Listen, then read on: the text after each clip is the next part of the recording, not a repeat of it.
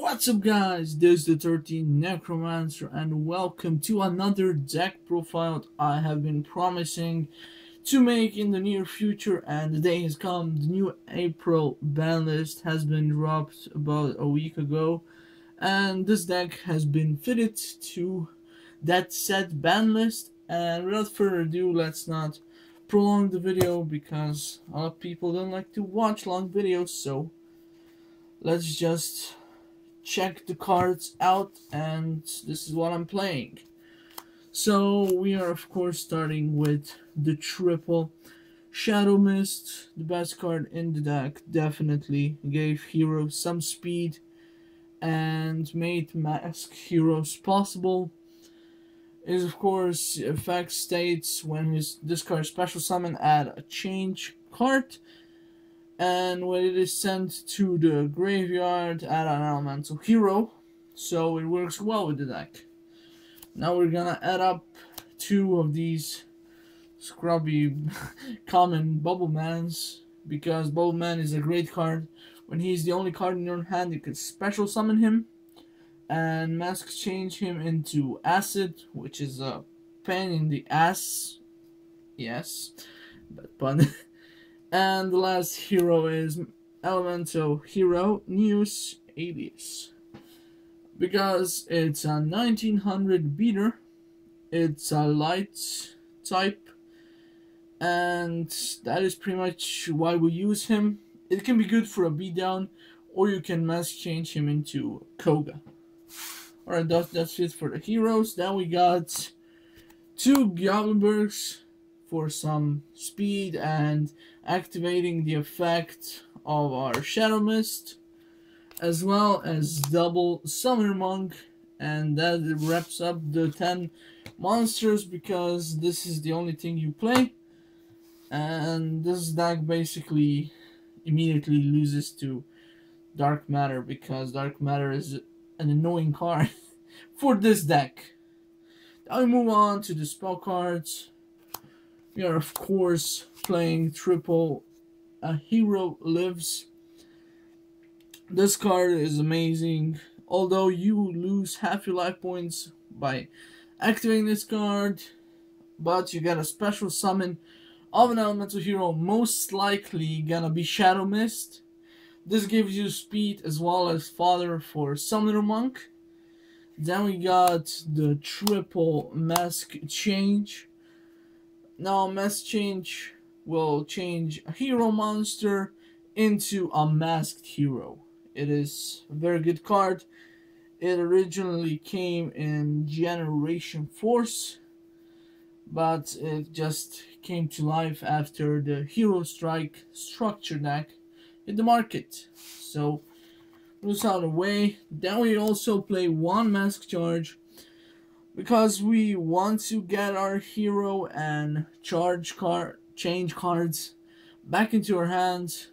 I could bump this card up to 2 maybe, but for now the place allows me to play 1, and also one place is taken with a Miracle Fusion, which some mass hero decks don't even use anymore. Although when you fill up your grave and cannot really do anything more, or want to push for game, you're gonna activate Miracle Fusion, banish those heroes, get out an elemental hero fusion monster, and attack for game. Alright? Then of course we are playing all warriors, so triple Rhoda. It's pretty easy to say. Then we got triple Mystical Space Typhoon.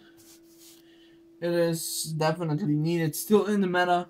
The traps are coming back, so use those MSTs wisely. And this deck kinda auto loses to skill drain, so it's nice to get rid of that one skill drain that is still in the game. Or I guess Emptiness is still a card, so get rid of that as well. Alright. Now we are playing double Forbidden Lands, because we want to have our effects, so no breakthrough skills or Fiendish Chains. Just get rid of that immediately with the Forbidden Lands. Then for the last 2 spells, Raigeki, thank God, is still in the game, and Book of Moon, one of the best cards in the game. Alright, that is it for spells. Then move on to traps. Playing double. Cold Holland, this card can get kind of cloggy if you play more copies of it. But you want to activate this card on Shadow Mist, get his effect off, grab another change card, and when he's sent to the graveyard, grab an elemental hero.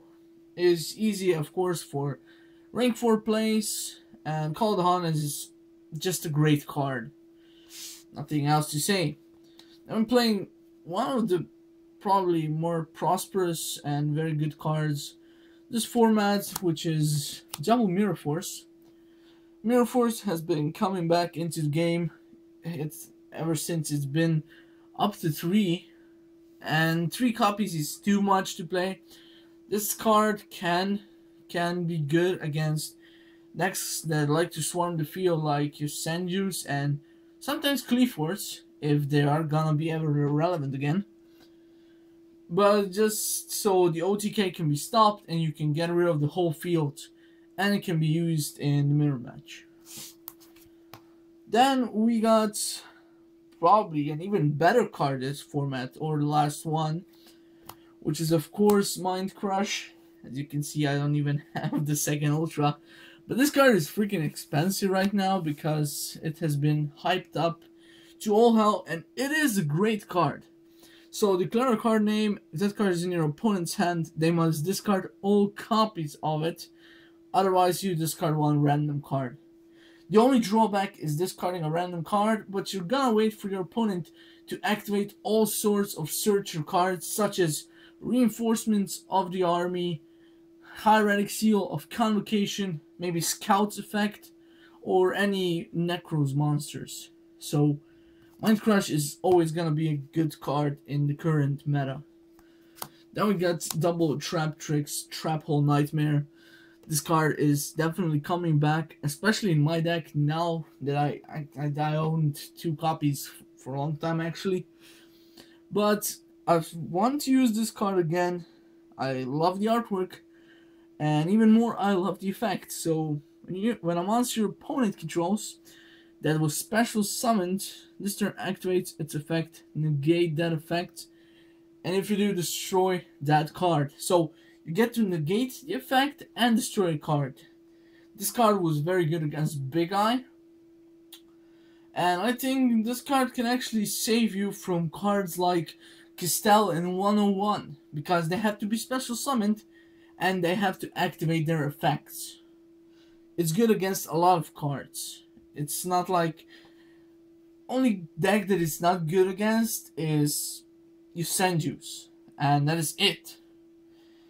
Every deck special summons, and special summon monsters have their effects, and they're gonna activate their effects. So this card definitely helps, and it's definitely good in the meta right now. Then for the last few trap cards, got 1 copy of Fiendish Chain. Now the replacement for the other one was the second Traptrix Trap Hole, which is good I guess, but this card is definitely better, so gonna pick up the second copy and probably replace Traptrix Trap Hole or even Miracle Fusion, because a lot of times you're not gonna use it unless you're gonna push for an OTK. Then we got Bottomless Trap Hole, still a great card in the game. Banish the monster that is summoned, that has 1500 or more attack, and it can be multiple monsters if they're summoned at the same time. This card is always gonna be good. Then, of course, Vanity's Emptiness has to be in the deck. Got a Dark Claw on the field or an Acid. You're gonna activate Emptiness, your opponent is gonna get wrecked, I guess. Because Emptiness is still the best card in the game, if I can say so myself. And everybody has the card now, and it is at 1, so that is pretty good for a bunch of decks, but it's gonna be a staple in most of the decks. It is already. And the last card that I'll definitely suggest to everyone, which is Ring of Destruction. First of all, the errata. It's not as good as it was back in the day, which effect was like Destroy one monster or one opponent's monster and inflict damage to both players. That's it. But now it has to be during your opponent's turn. Target one face-up monster they control, whose attack is less than or equal to their life points. That's the second drawback. Destroy that face-up monster, and if you do, take damage equal to its original attack. Then inflict damage to your opponent equal to the damage you took. You can only activate one per turn, but it's only at one. So yeah, Ring of Destruction. I still like the card. I think it's very good, and I think it's gonna be a staple in most decks. Maybe not meta decks, but every other deck is gonna play it, because getting that crucial damage in. I don't know, your opponent has 2,600 life points, let's say. Has a 2,000 attacker on board. Ring of Destruction, both players take damage, then he's left with 600 life points. Then you go rank 4 Xyz and Cowboy Burn for game. That's just a little bit of a Necromancer suggestion. And then we move on to the extra deck, which consists of a lot of fusions to start with. For now, I am playing 2 copies of Dark Claw. Dark Claw is the best card that was made for heroes, the best mask hero, probably close to the best, I guess. So all of your opponent, it's a Macrocosmos for your opponent, and when they add a card, you get to banish one random card from their hand. For other mask heroes, of course, the brand new Anki. What a great card to deck. Acid, great staple. And Koga, another very good card. And yeah, let's move on to the Absolute Zero, which is not really an Absolute Zero in terms of versatility. It's a great card. You get to, when it leaves the field, you get to blow up your opponent's side of the field. I think they're monsters. And in combination with this guy, Mask Change, and into Acid, you get to clear up their whole field, which is one of the best combos they have. Then we got XYZ Monsters, and starting with the rank 4s, which there are a lot on this deck. And first of all, we have the returners or takers, I guess, in Castel and 101, staples there. Then the warrior types in Excalibur and Blade Armor Ninja. These guys are just warrior types, but at the same time they're OTK guys. You can OTK so easily with these cards, and that's why I love the cards. Then got some hate against for your opponent in Abyss Dweller, now that everybody can have it. Cannon Gorgon to save your Emptiness, Dark Claw, whatever. If your opponent targets, just find an appropriate target. Ragna Zero, great card. And then I was thinking about Dark Rebellion Xyz Dragon, but at last minute I decided to put in number 80, Rhapsody in Berserk. Because banishing some of your opponent's key monsters is just too good. I think it's actually card, yeah. Banishing some of their key cards is even better. And then of course the burn, yeah, Cowboy. And that is gonna be it for the deck. Hopefully you guys enjoyed the deck profile, and yeah, I'll try and make a list of the cards down in the description, so if you skipped the whole video, which I hope you didn't, but if you did, the deck profile is gonna be in the description. I suggest highly that you try it out. It is pretty fun. I'm not saying it's completely meta, but it screws up the meta pretty well. And hope you guys enjoy that. And that is gonna be it for today. There are gonna be more deck profiles in April, just waiting for a couple of cards to get them. and make IRL deck profiles, because I don't want to do that Dev Pro or DN shenanigans. Only IRL. And if you like that, I'm gonna suggest you subscribe and stay tuned for more videos. See ya later.